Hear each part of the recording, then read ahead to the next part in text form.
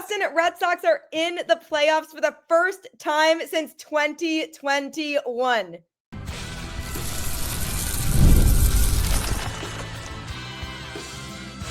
You are Locked On Red Sox, your daily Boston Red Sox podcast. Part of the Locked On Podcast Network, your team every day. Hello and welcome to Locked On Red Sox, your daily Boston Red Sox podcast, part of the Locked On Podcast Network, your team every day. I'm your host, Gabby Maljanian, former ESPN social media associate and current host of the Boston Balling podcast as well. And I'm here to bring you the latest in all things Boston Red Sox, Monday through Friday, straight to your favorite podcast feed. And the best part, it's free. So make sure that you tune in because Locked On is here for you every single day. This episode is brought to you by 5 Hour Energy. Enough with boring, flavorless caffeine. It's time to give your caffeine a flavor upgrade with 5 Hour Energy shots. Go to www.5hourenergy.com or Amazon today.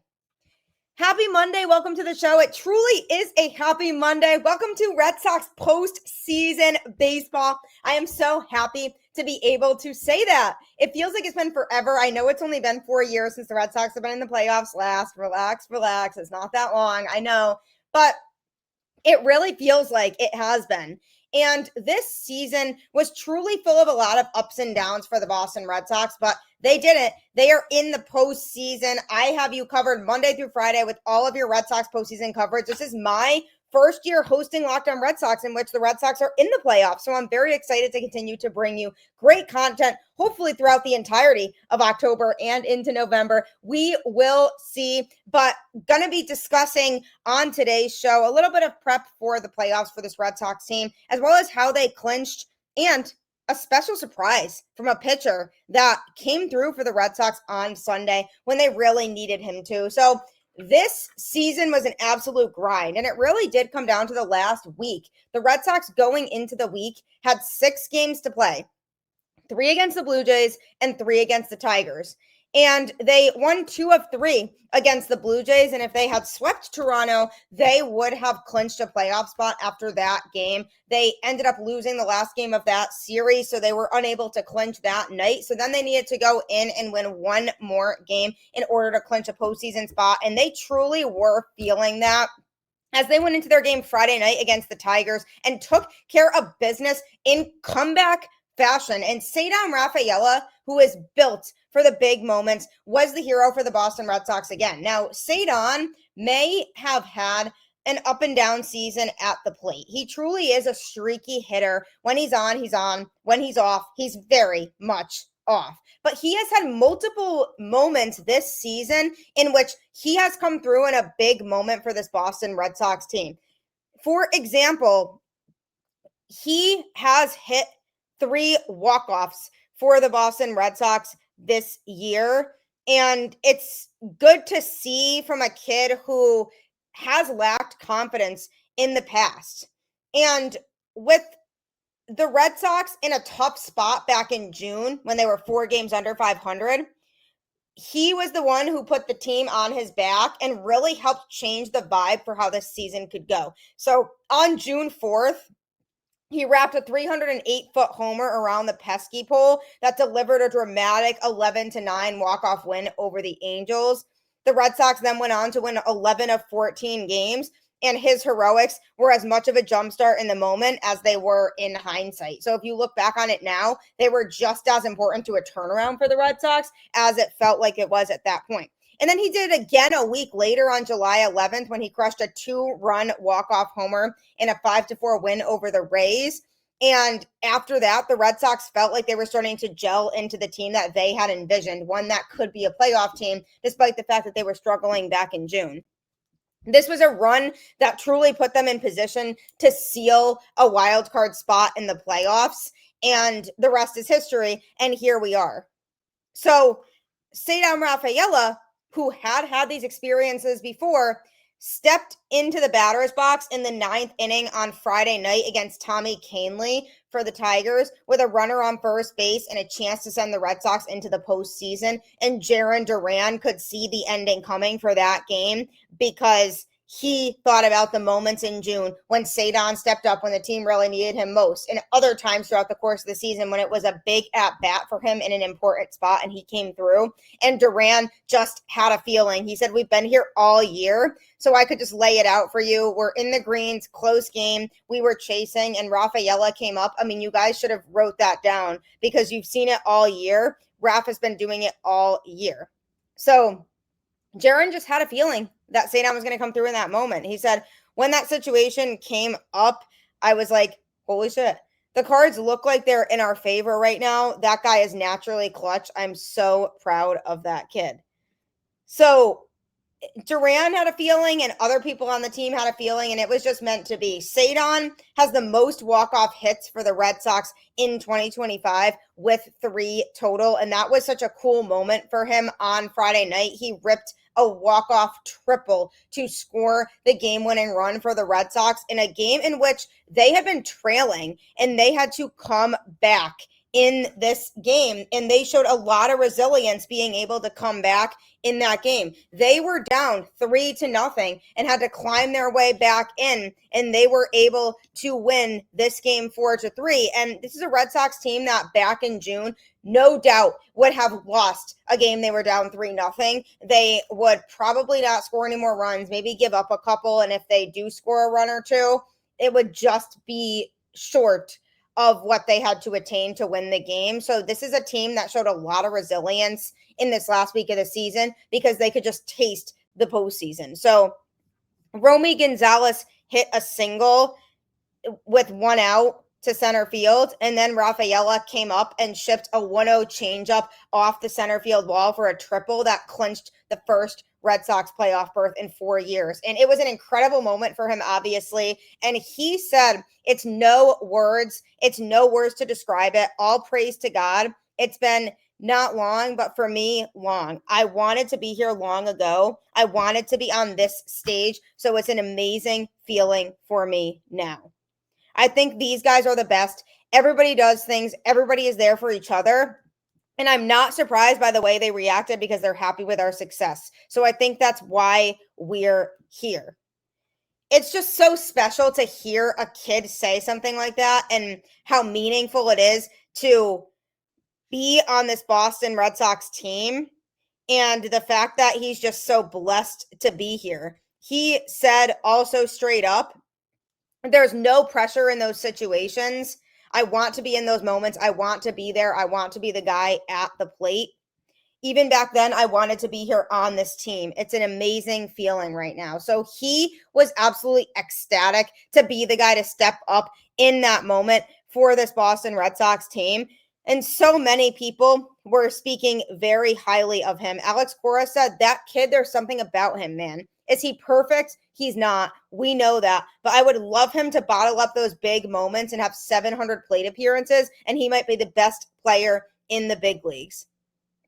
So another thing that Ceddanne added about his mentality during that at-bat was right before that at-bat started, I was sitting on the bench watching Canely and trying to have a plan and execute it. And right there, I did. I think it's no pressure. I don't feel that. I want to be in those moments. When those moments come, I want to be there. I want to be the guy at the plate. So he continued to just add on and emphasize that he truly wanted to be in that moment. And he likes having the pressure on him. And we could see that pattern with him throughout the course of the season because a lot of times he had his best at-bats when it was a big spot. Now, some players fold under the pressure in a big moment, but he does not. And that's a very positive sign for the future with Ceddanne. And if you combine his stellar defense with his ability to continue to hopefully get better at the plate, he's going to be a fantastic all-around player for this Red Sox team later on in his career.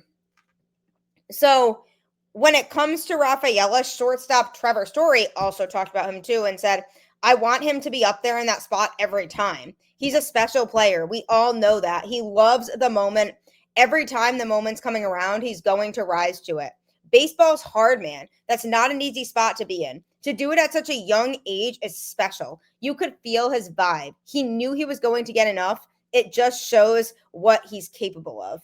So obviously everybody wants him to be in those moments because he just knows how to step up when it counts. But in recent weeks, he has shown signs of life at the plate again, because for a while he had gotten very cold. And by for a while, I really truly mean since the All-Star break, he kind of dipped down a little bit. But since September 19th, he's hitting .423 with a 1.118 OPS, heating up as the season comes to a close. And also, not to mention, in his last 5 games, he had a .412 batting average with 7 hits, an RBI, and 2 runs scored. So he truly seems to be heating up at the exact right time. On the season, he has had 543 at-bats with a .247 batting average, 134 hits, 16 home runs, 84 runs scored, 63 RBIs, 19 stolen bases with a .291 on base percentage, .411 slugging, .702 OPS, and 94 OPS plus. So obviously you see those numbers and it doesn't completely stand out to you in terms of being off the charts great, but he does enough with the little things, for example, because of how he makes an impact defensively, that goes without saying, but also the fact that he has speed and he can steal bases for this Red Sox team to put them in a better position to score is also a truly beneficial thing with how much this Red Sox team relies on pinch runners and its speed. So he provides value in that way. And at the plate, if he's getting hot right now and that continues, that is going to be massive in this upcoming playoff series in which the Red Sox do travel to the Bronx to play their rival New York Yankees. It's only fitting that it happens that way. So he's going to need to step up, and going into the Bronx for a playoff series is not going to be easy with the crowd and the environment there. But if he is hitting as well as he is right now in the playoffs, this Red Sox team could be very tough to beat. So what a win it was for the Red Sox on Friday, defeating the Tigers 4-3, with Ceddanne Rafaela being the guy who comes up big once again for this Red Sox team. Because Kyle Harrison threw that day, and he did struggle a little bit on the mound, only lasting 3 innings. So it was really nice that the Red Sox were able to pull out that win, and it clinched a playoff spot for them, most importantly. But the biggest key with Ceddanne Rafaela is going to be continue to have that mindset in those at-bats, because when he's in a low leverage situation at the plate, it doesn't seem like his mindset is in the right spot. And in the playoffs, he has to think of every single at-bat as high leverage, because it kind of is. Truly, every pitch is so important in the postseason. So if he can have that mindset every single time he steps up to the plate, even if there is nobody on base, what can I do during this specific at-bat to make a positive impact for my team? So I'm really excited to see him in the playoffs. Red Sox in the playoffs for the first time since 2021. It's super exciting. And coming up, the Red Sox did win their series against the Tigers and were able to clinch the 5 seed because of a big win on Sunday, thanks to a surprising pitcher that kind of came out of nowhere, who I'm going to be discussing. Caffeine just got a flavor upgrade. 5-hour energy shots deliver tasty caffeine in 17 bold flavors. Each 2-ounce shot packs the caffeine of a premium 12-ounce cup of coffee, plus B vitamins and nutrients, with 0 sugar and 0 crashes. What I love most is how portable they are. Big taste, tiny shot. You can take it anywhere and get that boost when you need it. Enough with boring, flavorless caffeine. It's time to give your caffeine a flavor upgrade with 5-hour energy shots. Get the favorites you love, or be bold and try something new in-store and online at www.5hourenergy.com or Amazon today. It's addicting, I promise you.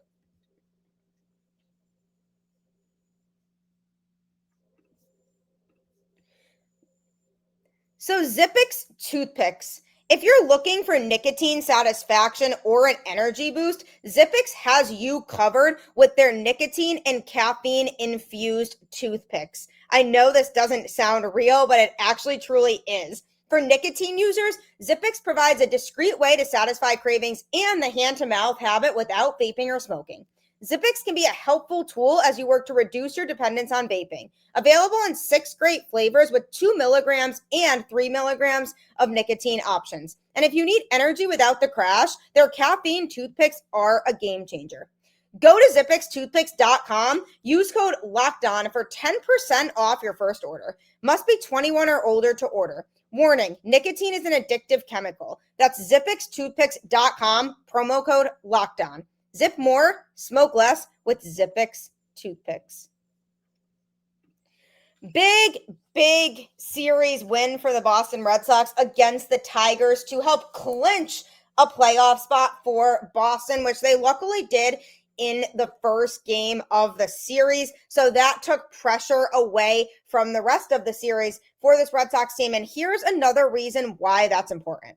Because if you look at the teams that were still playing for a little bit more because they were trying to clinch their division or hadn't even clinched a playoff spot, they were forced to play their A squad all the way up until the last day of the season. Whereas with the Red Sox, they had their playoff spot clinched on Friday night.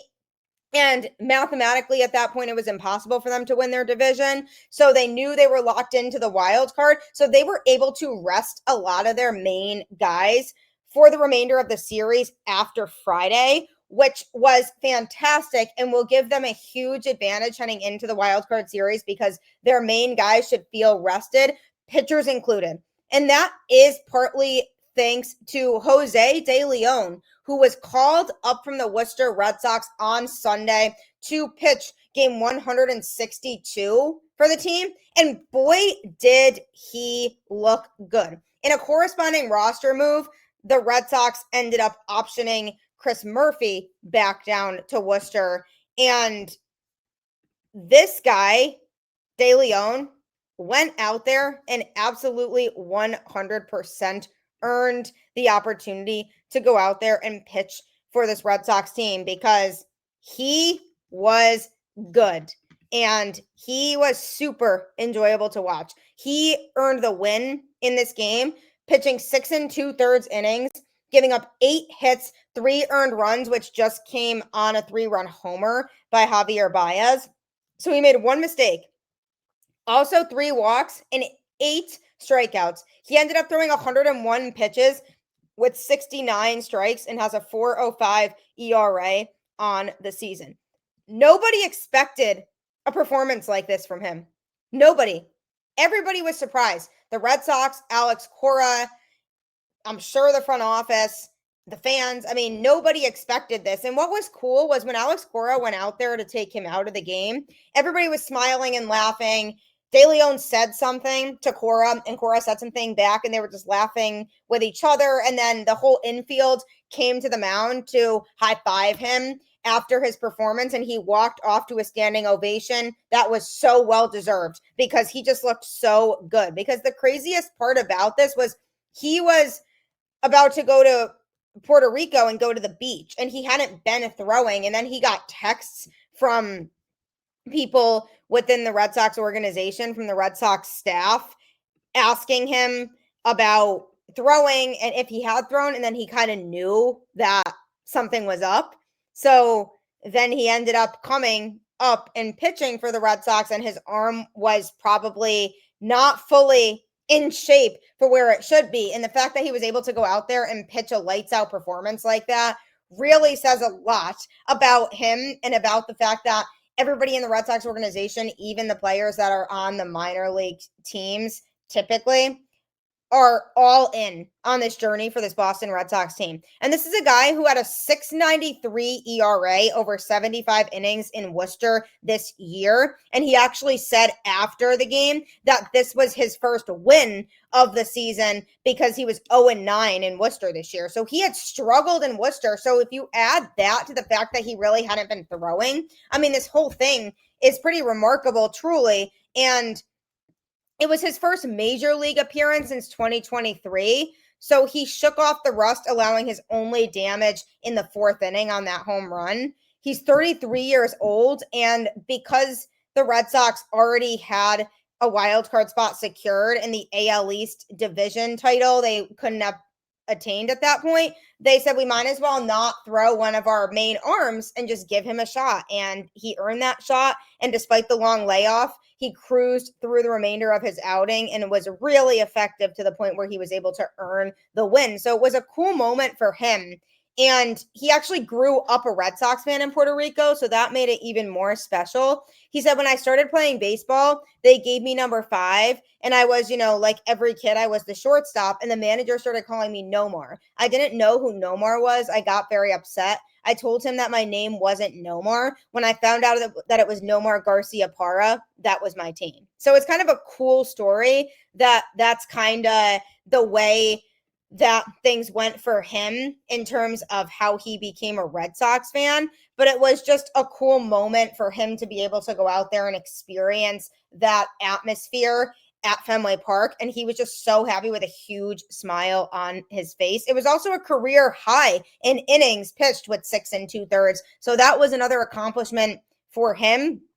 And Alex Cora had said before the game, we need innings. So the Red Sox needed him to give them innings so they could stay away from certain relievers, like their high leverage guys. And he did his job exactly. Cora said he talked to him the day before, so on Saturday, and said, you got 100 pitches. And he said, I've got 120. So it was a huge opportunity for him. And he certainly rose to the occasion, because the biggest thing was that he was able to allow Alex Cora to not have to use his highest leverage guys like Garrett Whitlock and Aroldis Chapman, because it was a 1-run game on Sunday. The Red Sox won this game 4-3 with him on the mound. And then Steven Matz and Zach Kelly came in and took care of business. Steven Matz just recorded 1 out because he came in to finish up the 7th inning.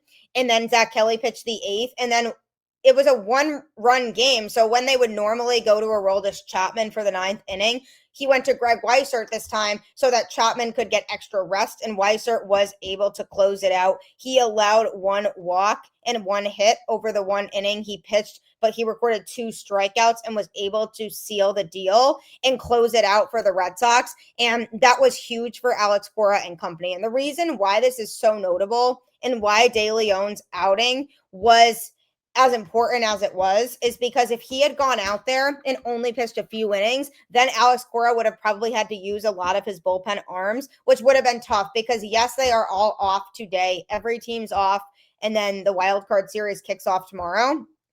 So all the pitchers would have had today to rest. But with a guy like Aroldis Chapman at his age, it is important to give him extra rest. So the fact that the Red Sox were able to do that because he hasn't pitched since Friday means he should be incredibly fresh for the wild card series, which he hopefully will be able to go out and pitch at 100% and look like the dominant lights out Aroldis Chapman we have seen all season long. So this is an example of somebody stepping up and having that next man up mentality, because it made no sense for the Red Sox to have a bullpen game and drain their bullpen arms. It really made no sense either for them to pitch one of their regular starters and not allow them the rest for the playoffs when they've already clinched their wild card spot. And the thing was, they could have been the 6th seed, but they ended up with the 5 because they won. If they had lost that game and the Guardians had also won their game, then the Red Sox would be the 6th seed because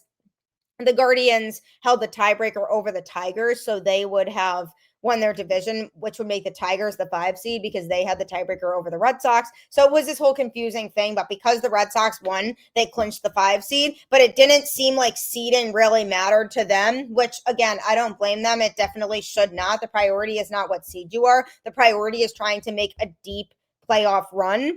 And that was the mentality that the Red Sox had when they were making this decision. And they said, hey, let's give this guy a shot. He's a veteran. He's been around and he's been hanging in Worcester, and nobody expected him to go out and perform the way that he did. He has 4 pitches that he primarily uses: a 4-seamer, a changeup, a slider, and a cutter. I personally enjoyed his curveball. I thought that was a really good pitch that he was throwing in the game on Sunday. His fastball could be a little bit faster. It averages 93 to 94 miles per hour. He's in the 47th percentile for fastball velo, so slightly below average. But this was just a spot start for him yesterday. He's not going to most likely be a guy who is going to regularly be pitching for this Red Sox team, but it's definitely a cool moment for him and something that everybody can be happy for him about, because it was a low-stress game for the Red Sox. Alex Cora probably said to everybody, just go out there and have fun. You did your job.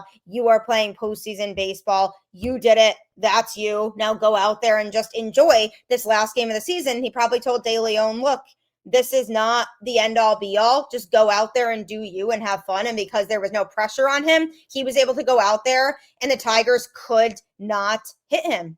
It was so fun to see, and I'm so glad it allowed other guys to rest because they're really going to need 100% from all of their guys if they want to win that best-of-3 series in the Bronx. And speaking of which, I'm going to be discussing a little bit of prepping for the playoffs and what needs to happen for the Red Sox to win that series next.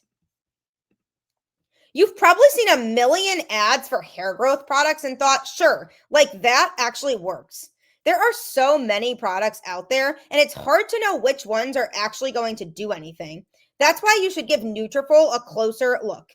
Nutrafol is the #1 dermatologist recommended hair growth supplement brand, trusted by over 1.5 million people. And now Nutrafol is the official hair growth partner of Major League Baseball. You can feel great about what you're putting into your body since Nutrafol hair growth supplements are backed by peer-reviewed studies and NSF Content certified, the gold standard and third-party certification for supplements. Whether you're at work, out with friends, or even just getting ready in the morning, Nutrafol gives you more confidence in your daily routine. See thicker, stronger, faster-growing hair with less shedding in just 3 to 6 months with Nutrafol. For a limited time, Nutrafol is offering our listeners $10 off your first month subscription and free shipping when you go to Nutrafol.com and enter the promo code LOCKEDONMLB. Find out why Nutrafol is the best-selling hair growth supplement brand at Nutrafol.com, spelled Nutrafol.com, promo code LOCKEDONMLB. That's Nutrafol.com, promo code LOCKEDONMLB. It always feels so much better physically and mentally when you have healthy hair.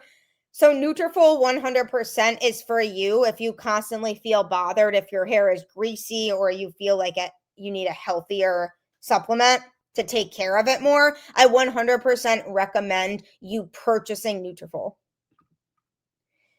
The Boston Red Sox are in the playoffs for the first time since 2021. How exciting is that? It just always feels so rewarding thinking about the fact that there were people out there who were really wrong about this Red Sox team and the Red Sox proving those people wrong.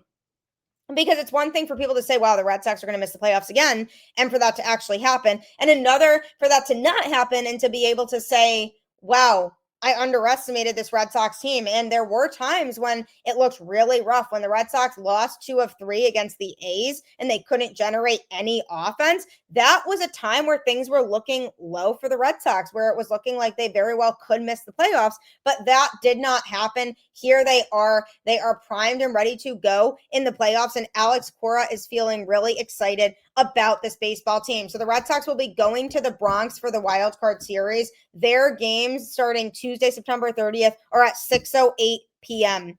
every one of those nights. So Tuesday, Wednesday, and Thursday, September 30th, October 1st, and October 2nd is when those wild card games are played. Obviously, it's best of 3. So if somebody wins the first 2, series is over, no game on Thursday.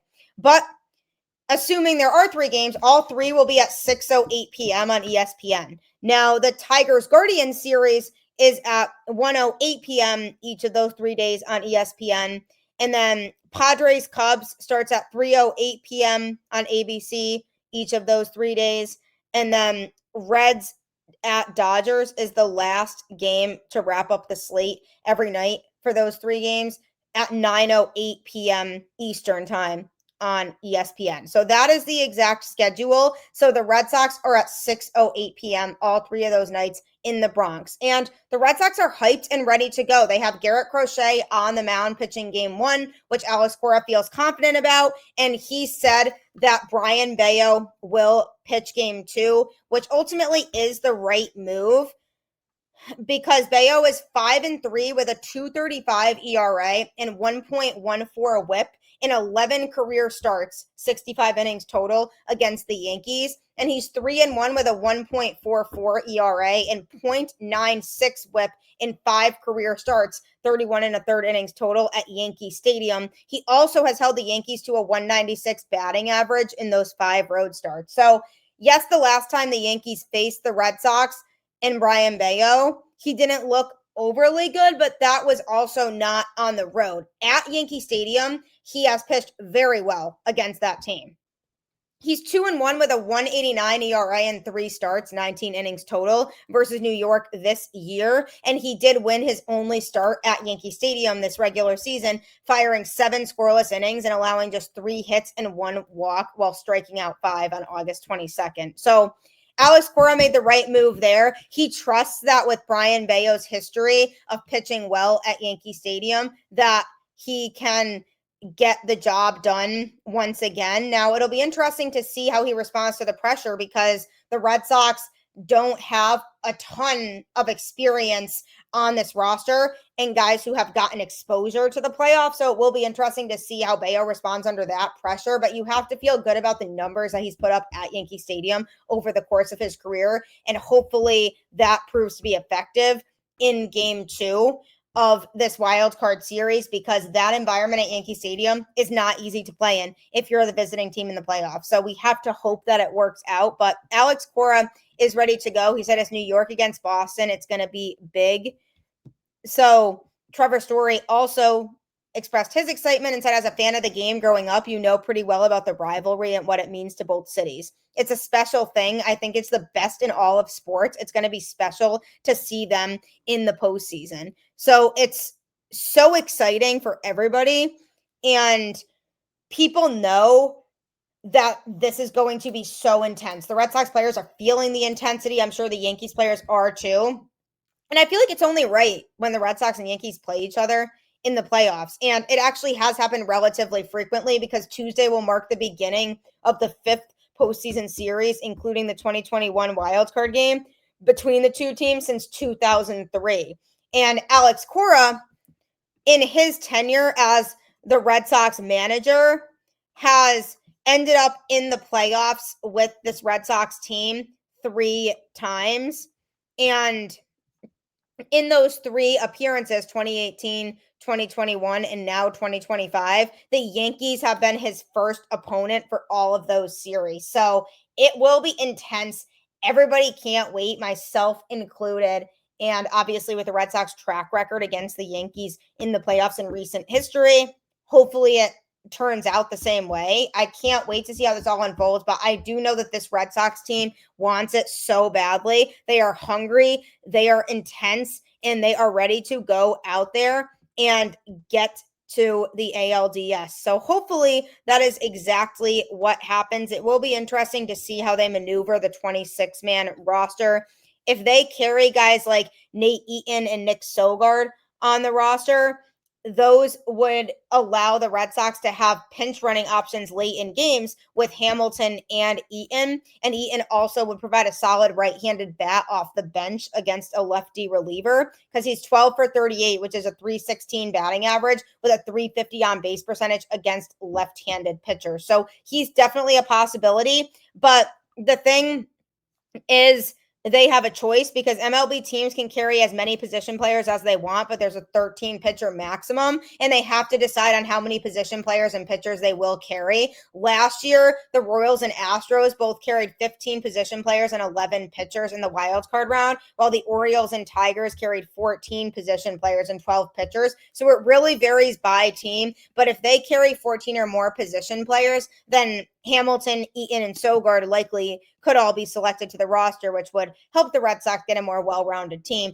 heading into this series in the Bronx. But I do like our chances, genuinely. The Yankees were actually one of the teams that I was hoping the Red Sox would face, not only because it's great for baseball and great for the rivalry and how fun it is, but also because I like the Red Sox chances. This is a team they've proven to be able to beat on the road, no less. And I definitely would not count the Red Sox team out. So I always appreciate you tuning into Locked On Red Sox and really appreciate you, especially making it your first listen of every single day. I will continue to deliver you the best postseason content as I possibly can. And so will Locked On MLB Game Night, which will go over every game every single night, all the way up until a World Series champion is crowned. You can get local analysis on a national scale. Find MLB Game Night on Locked On MLB on YouTube or wherever you listen to podcasts. That show is great, and it really will make sure that you're kept in the loop on everything going on. So make sure you check out that show next. And as always, everybody, for the last time for the regular season, keep the faith, go Red Sox, and I'll catch you on the flip side.